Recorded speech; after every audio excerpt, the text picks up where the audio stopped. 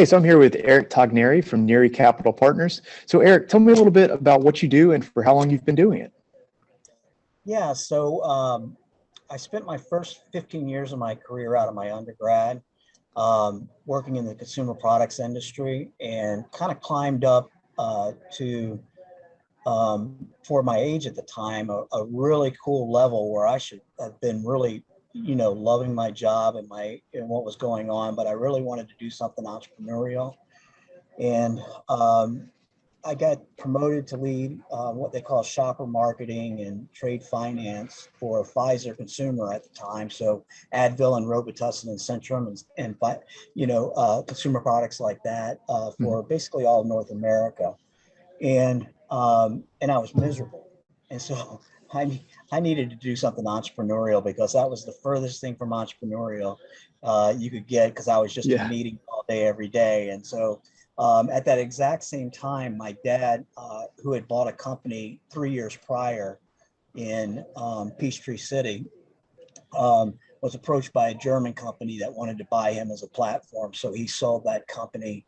And so there I was in my mid 30s and him in his mid 60s. And both of us needed to go down a different path. And we Yeah. decided to start a mergers and acquisitions firm, which was really natural for him because he had bought and sold and he had started bought and sold quite a few companies. And then he Hmm. worked in a corporate environment buying companies. And so we just made the decision. I had a young family at the time, a 4 and 5 year old. And it was, if I was going to make a move, that was a good time to do it before they got older.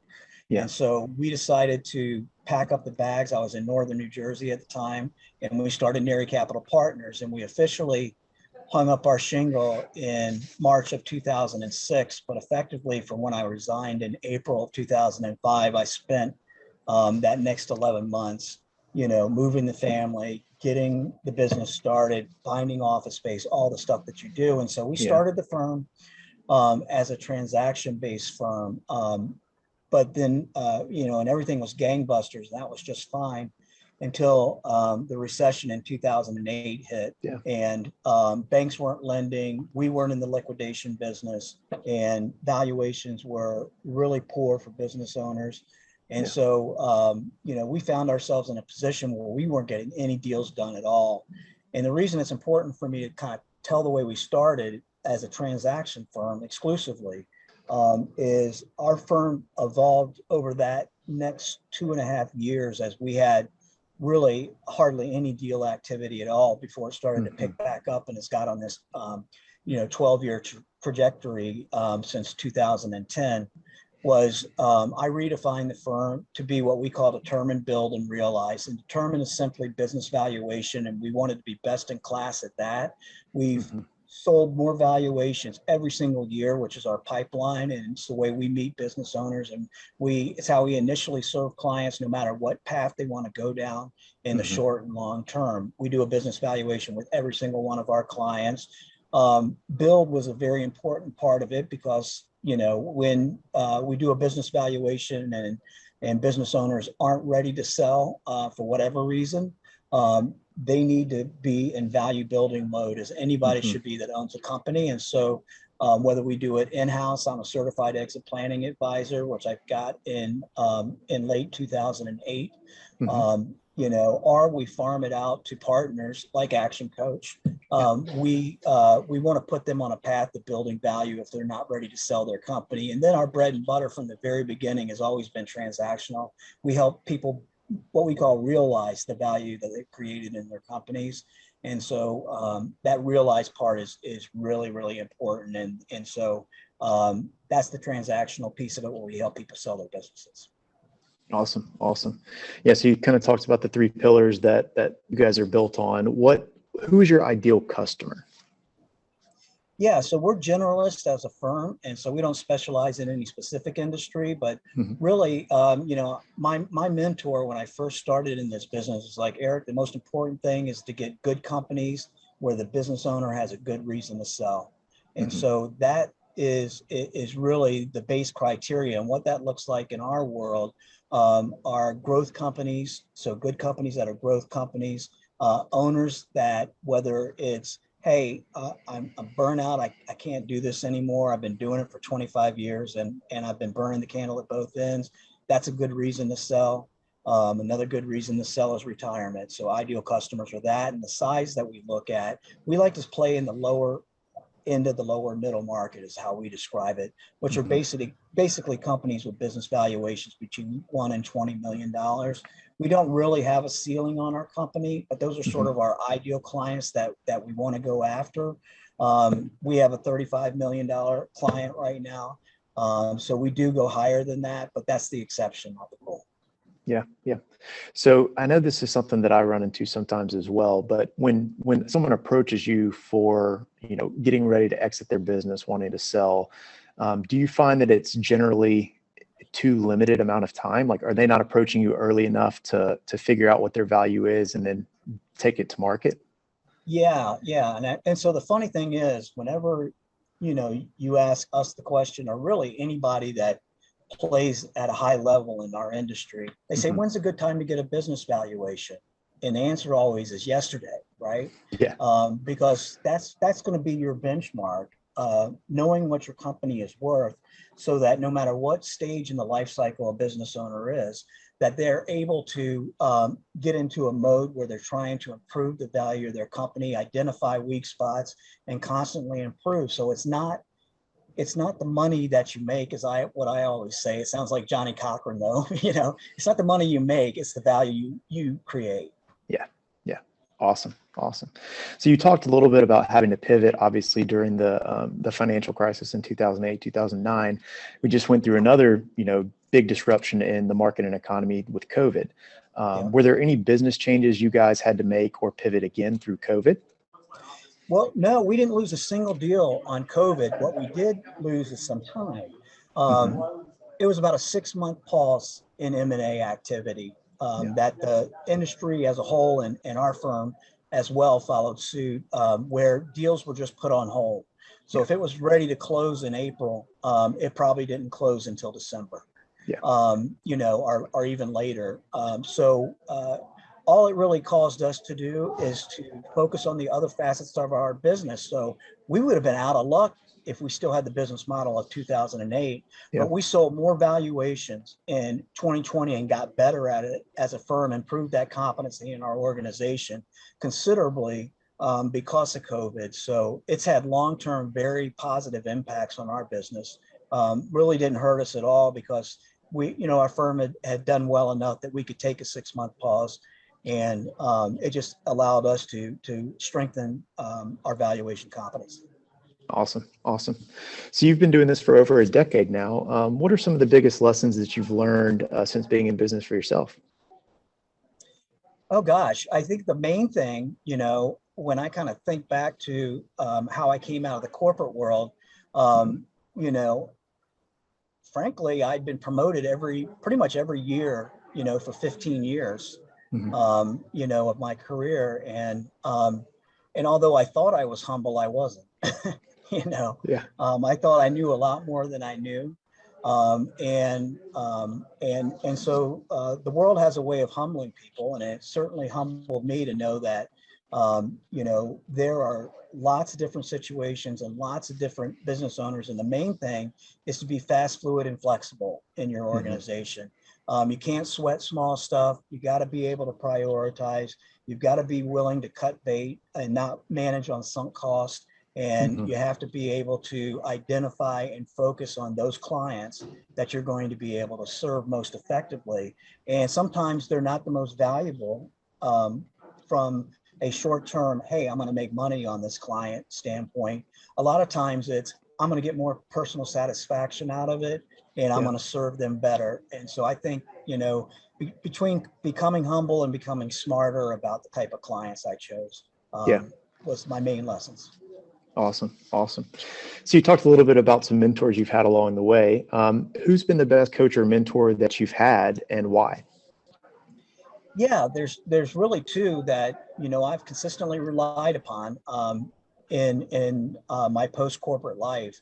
One has been my dad, which is kind Yeah. of funny because, I can't think of a time he ever sat down and taught me something, but we finish each other's sentences. It's like I learned through osmosis by watching him, and all of the experience and the value that he brought to our firm. We happen to get along very well.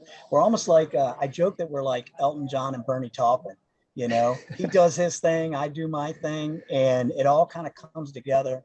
And so he's a business partner, but he's also a mentor in many respects. And then Jay Offerdahl, who runs a large Southeast-based mergers and acquisitions firm out of Charlotte. They've now got offices. I keep joking with Jay that he's surrounding me because he's in Florida. He's in several locations in Tennessee, Virginia, the Carolinas, and South Carolina. And I'm like, when are you coming to Atlanta? Because I want to be competing with you. And he always says, and I know he's talked seriously about it. Now, this isn't a goal of my dad, but he plans on retiring this year. He's like, hey, why don't you we'll fold your firm in, and basically we'll buy Neri Capital and make it part of Viking Mergers and Acquisitions, or certainly bring you into a partnership level where you can be a part of the firm. I was introduced to him my first 6 months in business, and I've been up to Charlotte to his office quite a few times. He's been down to Atlanta, and he's certainly the most formative in teaching me the way to build a machine when it comes to how you market and how you serve clients in this business. He was the one that actually told me, hey, you need to find good businesses with the owner that has a good reason to sell. That's a quote directly from Jay.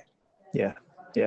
No, that's awesome. Being able to add that additional layer with your father as well. I'm kind of similar. My dad was an entrepreneur, and he kind of led me down the path that I find myself on now, and being able to, ask him questions and figure out how he thinks about things has been, super valuable for me.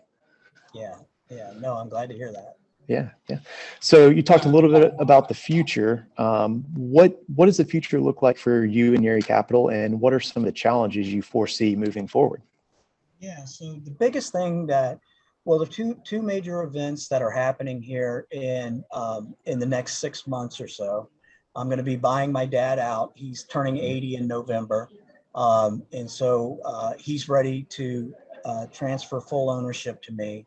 And so not that really changes our firm fundamentally, because I've been working on something for several years now, but it will give me even an additional level of accountability. And he's not retiring. He's, he'll still pick and choose his projects, but when he gets tired, he'll be able to hang it up for the day. He won't have to go chasing clients around like he's in Nashville today, and he's not going to have to do that anymore. So that's a big event that's going to happen in our firm. The other really big event is the one I alluded to with going direct to business owners. We have a URL and brand called whatismybizworth.com. It's still going to be wholly owned by Neri Capital Partners, but it's going to be run and treated as a separate organization. It's very important to me for two reasons. One is I think valuations by their nature should have an element of church and state. When you do a valuation for a company, right now when we do them, we can't help ourselves. The only reason we do business valuations is we want to sell their company. And although we're not that adamant about it, the truth is that ulterior motive is there, because that's how we make a living in this company.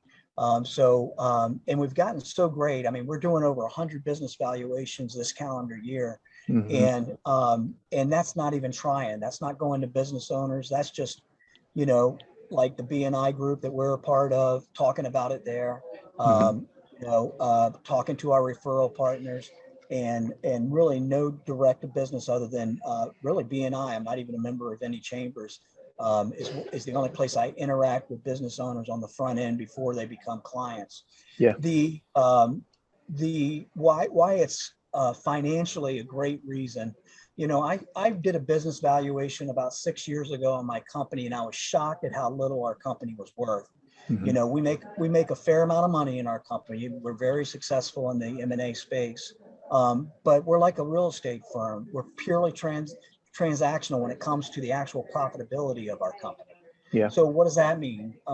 We don't have any recurring revenue. We don't have any long-term things going on other than business valuation. So what business valuation is, it's a pipeline. And if I get a business valuation, we want to build this competency beyond just being able to do it to build our pipeline. But what we want to do is build a referral organization. And so if I sell a valuation in Seattle or I sell a valuation in Miami and we perform it, I want to be able to, after I come out of that business, refer it to a coach in those markets, consultant in those markets. Or the easy path is, it's just like in real estate. There are referral fees that M&A advisors give. And so I can give it to a local person in that market in Seattle or Miami. I try to use the extreme geographies, because I probably wouldn't take on any clients unless they were very large and worth flying to in either one of those markets. And so what that's going to do is build up a huge pipeline. So we believe very firmly that the money that we're going to spend and the continuing to improve the competency that we have in business valuation, we're going to have a nationwide valuation company under whatismybizworth.com. And that's going to create a pipeline of referral income, and it'll fill the plates of my people as well as it currently does. So really excited about that. And that's going to create an extremely valuable company, because we're going to have this huge pipeline, there's no reason why, if we can do hundreds at a little M&A firm here in Atlanta, Georgia, if we can do 100 business valuations without even marketing to business owners, there's no reason why, we can't get up to several thousand over time as we build up. And that's just going to be a source of income streams galore. So I'm really excited. Awesome. So what's inspiring you both personally and professionally as you move forward today? Yeah. So my main, inspiration is building this thing. I love building things. Even when I was in the corporate world, I was kind of known a little bit as a maverick, call it an entrepreneur, whatever you want to call it. But I was constantly trying to take the ideas and my approaches and blow them up. And that's how I kept getting promoted. They would just say, hey, you're doing this so well for your territory. Do it for this larger group.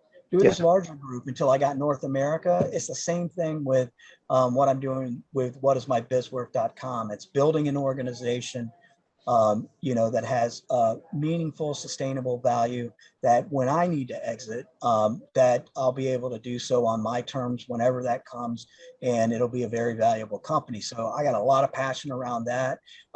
Personally, hey, my wife and I, we're empty nesters now. One of my sons is in BUDS training in San Diego. The other one is just doing his own thing. We see him, but only when he is mooching off of us. So I mean, personally, hey, we just want to rekindle. We had our entire 20s was dual income, no kids, by choice, and then we decided that and this was sort of the plan coming out of college. That's where we met. Was at age 30 or so, and it ended up being age 30 that we would start to have kids. We ended up having two. And so we find ourselves, 22 years later with, I guess the thought is to build a new, more adult relationship maybe than we had when we were in our 20s, still playing around and having a good time like we're college kids. Yeah. Awesome. Cool. Hey, Eric, I really appreciate your time and doing this interview today. Is there anything you want to make viewers aware of, or what's a great place for them to find you? Yeah, NeriCap.com is the easiest way to find me or any member on my team. All of our contact information is there on our About Us section. So NeriCap.com. Coming soon is whatismybizworth.com. But NeriCap.com is a great place to start. And if you want to just give me a call at 678-764-1732, that's 678-764-1732. You can always get me there as well. Awesome. I'll link all that information in the bio so everyone can reference it easily. And again, I really appreciate it, Eric, and have a great afternoon. Thank you.